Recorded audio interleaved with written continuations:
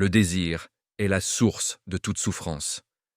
Cette phrase dérange encore aujourd'hui parce qu'elle contredit une promesse silencieuse, celle qui laisse croire qu'être désiré protège, qu'il suffit d'attirer, de plaire, d'être voulu pour se sentir enfin en sécurité à l'intérieur. Elle dérange parce qu'elle suggère que le désir, même quand il est présent, même quand il est réciproque, ne suffit pas à réparer ce qui manque plus profondément. Nous vivons dans une époque où le désir circule vite. Les signes sont clairs. Les confirmations arrivent. On peut être regardé, choisi, attendu. Et pourtant, beaucoup ressentent une fatigue étrange après avoir été désirés. Comme si quelque chose n'avait pas été touché.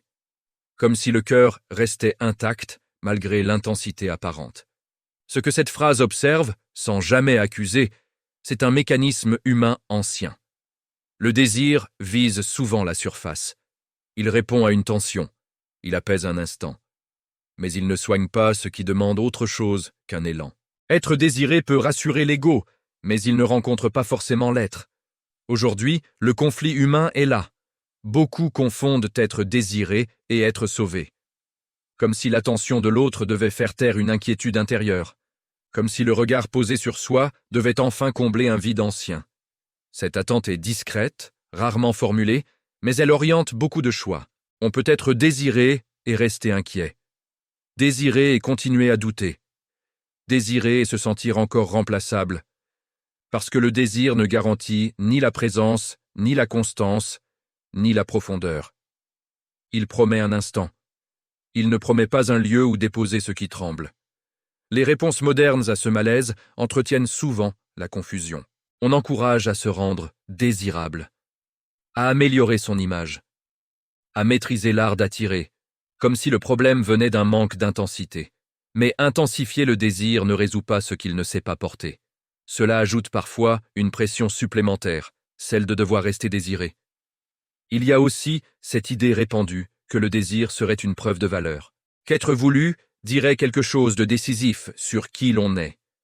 Et quand le désir se retire, quand il se déplace, quand il faiblit, tout l'équilibre intérieur vacille. Non pas parce que l'autre est parti, mais parce que l'on s'était appuyé sur quelque chose d'instable. La posture intérieure proposée ici n'est pas de rejeter le désir. Il n'est ni mauvais, ni inutile.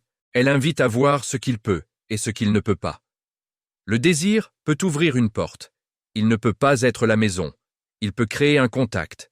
Il ne peut pas assurer une rencontre. Dans la vie quotidienne, cela se manifeste par des gestes silencieux. Ne pas attendre du désir qu'il règle une solitude plus ancienne. Ne pas confondre excitation et apaisement. Ne pas demander à l'autre de porter ce que l'on n'a jamais appris à regarder en soi. Ces gestes ne se voient pas, mais ils changent profondément la manière de se lier. Il y a un léger inconfort à admettre que l'on a parfois cherché à être désiré pour se sentir moins vulnérable. Parce que cela révèle une fragilité que l'on préférait croire absente. Mais cette reconnaissance ouvre aussi un espace plus juste, celui où l'on cesse de négocier son apaisement contre l'attention de l'autre. Ce regard ne promet pas une relation idéale. Il ne promet pas un désir éternel.